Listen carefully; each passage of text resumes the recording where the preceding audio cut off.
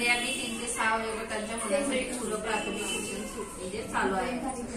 आता पूर्व प्राथमिक शिक्षण म्हणजे काय, तर मुलांना नुसतं खाऊ घालणे किंवा नुसतं लिहायला वाचायला शिकवणे नाही, तर आपल्या मुलांचा सर्वांगीण विकास व्हायला पाहिजे। सर्वांगीण विकास म्हणजे कुठला, तर त्याला भाषा विकास व्हायला पाहिजे, सामाजिक विकास व्हायला पाहिजे, सामाजिक विकास व्हायला पाहिजे, भावनिक विकास व्हायला पाहिजे, त्यानंतर बौद्धिक विकास व्हायला पाहिजे, भाषिक विकास व्हायला पाहिजे, त्यानंतर गणनपूर्वतेची तयारी व्हायला पाहिजे। असे सगळे विकास त्याचे व्हायला पाहिजे। ज्यावेळेला हे सगळे विकास बालकाचे होतील तेव्हा आपलं बाळ सर्वांगीण विकास झालेला असणार।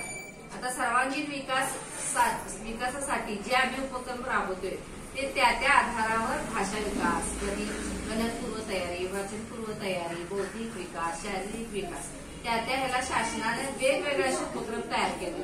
आता मुलांचा भाषिक विकास करायचा म्हणजे कोणता विकास करायचा, तर मुलांना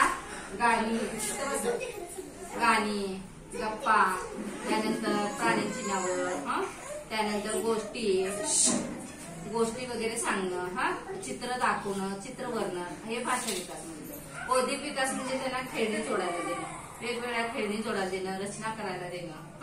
शारीरिक विकास मध्ये दोरी उड्या, मैदानी खेळ आले, बेडूपुड्या, कोदरच्या उड्या, पळणे वगैरे, ह्या शारीरिक विकास मध्ये। त्यानंतर भावनिक सामाजिक विकास आला, त्यामध्ये काय येणार, मुलांना एकत्र खेळायला यायला पाहिजे, म्हणजे एकमेकांच्या भावना मुलांनी समजून घ्यायला पाहिजे। आता मुलं एका हट्टी असतात, हे खेळणं मलाच पाहिजे तुला नाही, मग त्यांचा सामाजिक विकास निर्माण करेल, म्हणजे एकमेकांच्या बाबा तू फळा घे, म्हणजे एकमेकांविषयी भावना, आदर, त्याच्याविषयी ह्या इथं भावनिक आणि सामाजिक हे दोन्ही विकास त्या मुलांचे तिथंच होते। त्यानंतर राहिला विकास कुठला, शेवटचा ह्याचा बौद्धिक विकास झाला, त्यामध्ये रचना करणे वगैरे येते। अशा प्रकारे सर्वांगीण मुलांचा विकास करत असतो। आता मुक्त खेळ म्हणून असतोय। मुक्त खेळ म्हणजे काय, मुलांच्या कल्पना शक्तीला किंवा मेंदूला वाव देणे। मग त्यामध्ये आम्ही माती काम असू दे, आता मातीमध्ये मुलांना आपण देत नाही, तर त्यासाठी आपण नवीन पद्धतीचं क्ले वापरतो। शक्यतो मी माती देते, कारण मातीतून मुलांना कॅल्शियम, म्हणून मी मातीच मुलांना घेऊन मातीचेच उपक्रम देते क्लेपेक्षा। मग क्ले देणे किंवा मनी मोजायला देणं, असे वेगवेगळे उपक्रम मुलांना देणे की त्यांच्या कल्पनाशक्तीला वावणार, हे मुक्त खेळमध्ये येते। शिवणपाटी ओवणे, आता शिवणपाटी ओवताना काय होते बघा, शिवणपाटी ओवताना मुलांचं कसं होते, डोळ बरोबर, म्हणजे डोळं, नेत्र आणि हात यांचा, आणि हे कसं लहान बोट येतं, हे काय आहे लहान स्नायू, ह्या लहान स्नायूंचा विकास होतो। ज्याला मनी होते ते मूल एकाग्रतेनं बघा, बरोबर आपण कसं दोरा होताना बरोबर एकाग्र, तर मुलांचे एकाग्र, मग हे विकास जर 6 वर्षापर्यंत जे असे भरपूर विकास झाला, तर हे मुलं आपल्याला पुढं कधीच म्हणजे आयुष्यामध्ये ही मुलं मागं पडत नाही।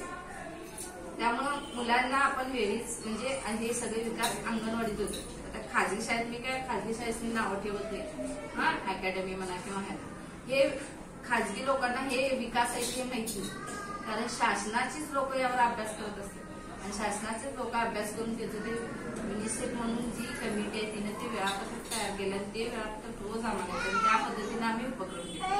आता मी स्टेटसला लावतोय, पण एकेजण म्हणत असतील हे काय, पण त्यातून मुलांचे छोटे छोटे विकास होत असतात, हे पालकांना समजावं आणि माहिती व्हावं म्हणून जसं आता त्यात बदल होत चाललाय, आणि आम्हाला आमचं ट्रेनिंग आहे भरपूर, अजून यात विकास मुलांचे जेवढं आतापर्यंत 6 वर्षापर्यंत, कसं असते जन्मल्यानंतर 3 वर्षापर्यंत बाळाचा 80% मेंदूचा विकास होत असते, 80% म्हणजे किती बाळ केचक करत असते आपण सांगितलेलं किंवा हे करत। त्यानंतर 5 वर्षापर्यंतचा 100% म्हणजे उरलेला सगळा विकास होत असते, 20% बंद करावे नंतर